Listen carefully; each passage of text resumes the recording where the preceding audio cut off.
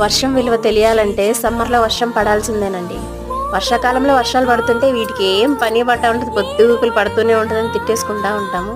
Summer రాగానే మనకి ఎంత వేడిగా ఉంటుందో అప్పుడు ఒక తొలకరి జల్లులు అలా పడినప్పుడు అప్పుడు తెలుస్తుంది మనకి వర్షం విలువ.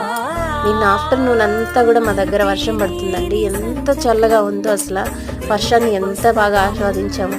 మా హస్బెండ్ కూడా డ్యూటీ నుంచి తొందరగా వచ్చేసారనమాట. వస్తూ వస్తూ వేడి వేడి పునుగులు తెచ్చాడు. పునుగులు తిన్న తర్వాత చాయ్ పెట్టుకొని ఆ వర్షాన్ని చూస్తూ అట్లాగా ఎంజాయ్ చేసామన్నమాట. వర్షాన్ని ఎంజాయ్ చేయాలంటే సమ్మర్లో వర్షం పడాల్సిందేనండి.